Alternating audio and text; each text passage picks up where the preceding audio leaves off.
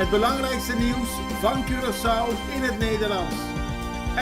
Welkom bij Access Journaal. Fijn dat u weer kijkt. We hebben het belangrijkste nieuws voor u op een rij gezet. We beginnen met het bericht over onrust onder ambtenaren GMN. Dat is het ministerie van Gezondheid, Milieu en Natuur. De Extra schrijft er vandaag over dat de situatie explosief is. Veel spanningen onder de werknemers en morgen gaan ze erover praten met vakbond APVO. Ze willen dat er actie ontkomt en veel mensen zijn ontevreden over de wijze waarop het beleid wordt gevoerd binnen deze overheidsinstantie. Ook komt daarbij dat een collega, Gabriel Murray, naar huis is gestuurd.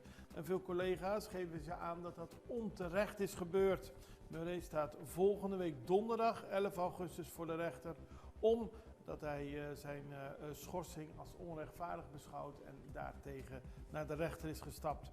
Waar het om gaat is dat volgens de werknemers een leidinggevende een functie als diensthoofd heeft gekregen, maar niet functioneert. En ze willen dat de MFK, de partij van minister Pisas en minister Boekhout, beide ministers die staan zeg maar aan het hoofd van dit ministerie, die willen dat er daadwerkelijk actie wordt ondernomen. En daarover gaan ze praten met de vakbond morgen, maar ze hopen dat er nog eerder al een maatregel kan worden genomen. 2 aanhoudingen voor grote drugszaak. We hadden het gisteren al over een grote inval bij een huis in Santa Catarina. Daar is vandaag meer duidelijkheid over. Het gaat over een onderzoek dat sinds september 2025 loopt. En het gaat over meer dan 200 kilo cocaïne op een vissersboot. Het onderzoek naar die zaak heeft gisteren geleid tot 2 aanhoudingen. Dat gebeurde nadat er bij de Caia Doris een grote inval was geweest. En er zijn in totaal 2 mensen aangehouden. Een 35-jarige man, die zat al vast in een andere zaak. En de 48-jarige SV, die is in de Caia Doris aangehouden. Op september vorig jaar vond de kustwacht een vissersboot waarop meer dan 200 kilo cocaïne werd aangetroffen. En 2 jonge mannen van 20 en 22 jaar oud. Naar aanleiding van deze zaak, er is dus veel meer onderzoek gedaan, zijn er 2 aanhoudingen van gisteren geweest. En de politie heeft de zaak nog verder in onderzoek.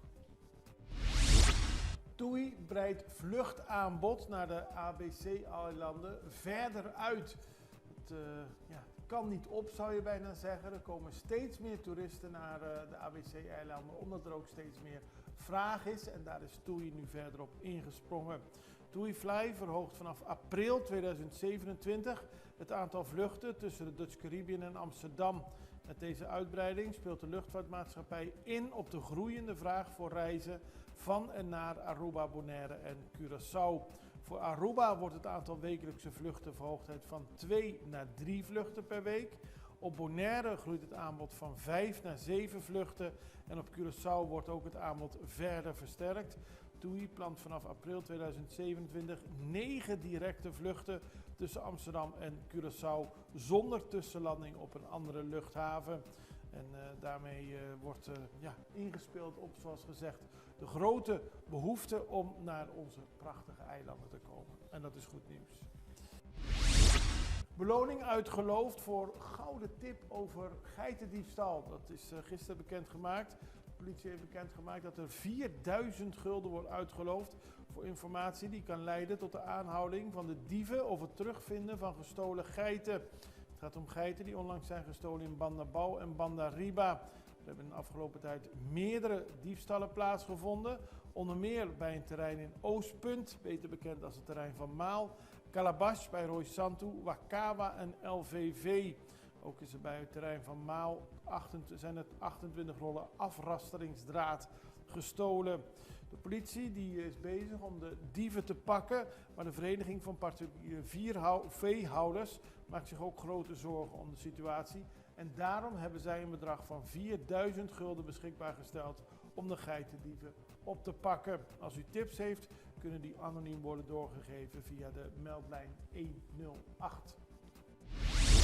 Ministerie BPD reageert op kritiek van de ombudsman. Daar hadden we eerder aandacht voor. Volgens de ombudsman van Curaçao doen de ministeries niet genoeg om tegemoet te komen aan klachten die er bestaan bij ambtenaren. Als zij door de rechter iets toegewezen krijgen, blijven de ministeries in gebreken door dat daadwerkelijk door te voeren.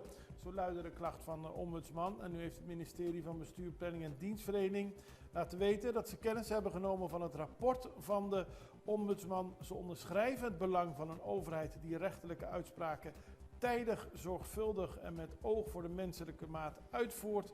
En daarom laten ze weten dat ze daar harder aan gaan werken. De aanbevelingen van de ombudsman zullen zorgvuldig worden bestudeerd en worden betrokken bij de verdere uitvoering van verbetertrajecten. Het ministerie van BPD, onder leiding van Charlton Hato, die ook justitie onder zich heeft hiermee laten weten dat ze daadwerkelijk met de aanbevelingen van de ombudsman aan de slag gaan. Bewoonster werkt brandweer tegen. Ja, dat is een heel opmerkelijk verhaal, want gisteren moest de politie naar de Caia Dori en daar was een brand in een tuin. Toen de brandweerlieden arriveerden, kregen ze tot hun verbazing te horen dat de bewoners niet wilden dat de brand werd geblust. De brandweer vroeg erop assistentie van de politie, zodat deze de situatie met de bewoners konden afhandelen, zodat de brand alsnog kon worden geblust. Blijkt dat verschillende mensen in de tuin spullen aan het verbranden waren. Dat vuur breidde zich uit, omdat er koperen kabels tussen het afval lagen. En daarom wilden ze niet dat de brandweer het vuur kwam blussen. Ja, dat is natuurlijk zeer onverstandig, want het vuur had ook veel verder in de wijk kunnen verspreiden. Dus de politie moest er komen en uiteindelijk is de brand geblust. BlueNap Americas en Cloud Carib bouwen aan een cloudbasis. Dat is bekendgemaakt. BlueNap Americas die werkt samen met Cloud Carib in het versterken van een strategische samenwerking om een soevereine cloud-infrastructuur te leveren. En die is speciaal ontworpen voor de continuïteitsbehoeften van organisaties in het Caribisch gebied. En BlueNap Americas hier op Curaçao is daarmee bezig. Het gaat om terminologie die niet iedereen elke dag te zien krijgt. Zo wordt er gesproken over Tier 4 Rated 4 gecertificeerde datacenter infrastructuur. Maar waar het om gaat is dat er verbeteringen worden doorgevoerd in de cloud, in de opslag van digitale gegevens. En dat gebeurt in samenwerking tussen BlueNap Americas en Cloud Carib. Wij gaan even naar een break. We zijn zo bij u terug. Extra in Nederland. Van Amsterdam tot Arnhem, van Groningen tot Maastricht, Extra is erbij. Volg Extra Digitaal en blijf op de hoogte van de belangrijkste ontwikkelingen in Nederland. Extra Digitaal is te zien op verschillende platforms en kanalen zoals WhatsApp, YouTube, Facebook, Instagram en ook TikTok. Wilt u ons op de hoogte brengen van een evenement of iets doorgeven? Neem contact op via WhatsApp, e-mail, Facebook of bel gewoon 06 1364 2945. Volg of abonneer je op Extra Digitaal. Klik aan en volg ons. We beginnen met sportnieuws, want Tarik Bodak die heeft een contract getekend bij Vitesse. Tarik Bodak die was op het WK aanwezig als derde doelman bij de WK-selectie van Curaçao. Hij speelde voor Telstar en hij gaat nu naar Vitesse toe. Dat hing al enige tijd in de lucht. Zo heeft hij de afgelopen weken meegetraind met de selectie van Vitesse. En dat was goed bevallen voor beide partijen. En daarom gaat deze Curaçaose keeper naar Vitesse toe. En hij doorliep zelf als jeugdkeeper de opleidingen van de Graafschap en PSV. En speelde ook nog voor Jong PSV, SC Cambuur en Telstar. Dus, nou, mooie stap. Citro neemt afscheid van Krik Parel. Dat was een bedoeling dat het een prettig bootreisje zou moeten zijn. Afgelopen zaterdag bij Fuikbij. Maar daarbij is Krik Parel overleden. Hij was jarenlang actief bij Citro.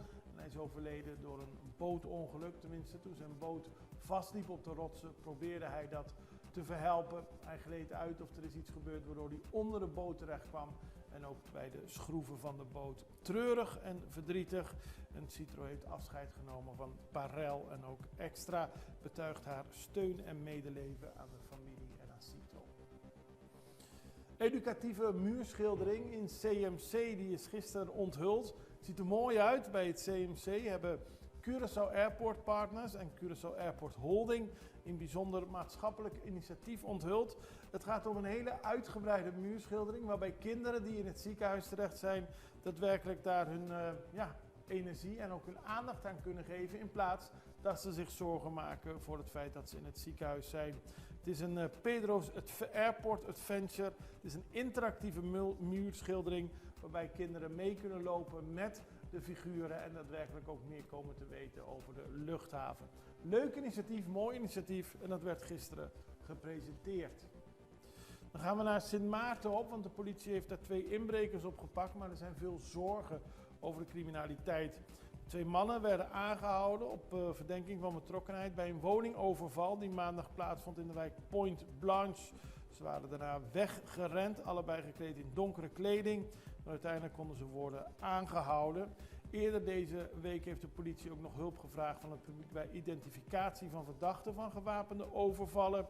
Verschillende dieven hebben 2 pogingen gedaan tot een gewapende overval op de Carrefour Express in Jordan Village in juni 2026. Daar wordt nu naar gezocht. Eind vorige week kwam er ook een beeld naar voren van een inbraak. Door gewapende dieven die vanuit een auto een winkel binnengingen en weer wegreden. Allemaal op camera. Alle mensen die dat doen zijn helemaal gemaskerd en gewapend. En dat zorgt voor onrust.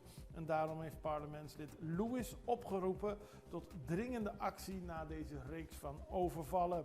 Lyndon Lewis van de partij NOW die wil dat er daadwerkelijk iets wordt gedaan. Want de bezorgdheid onder de bevolking van Sint Maarten is groot.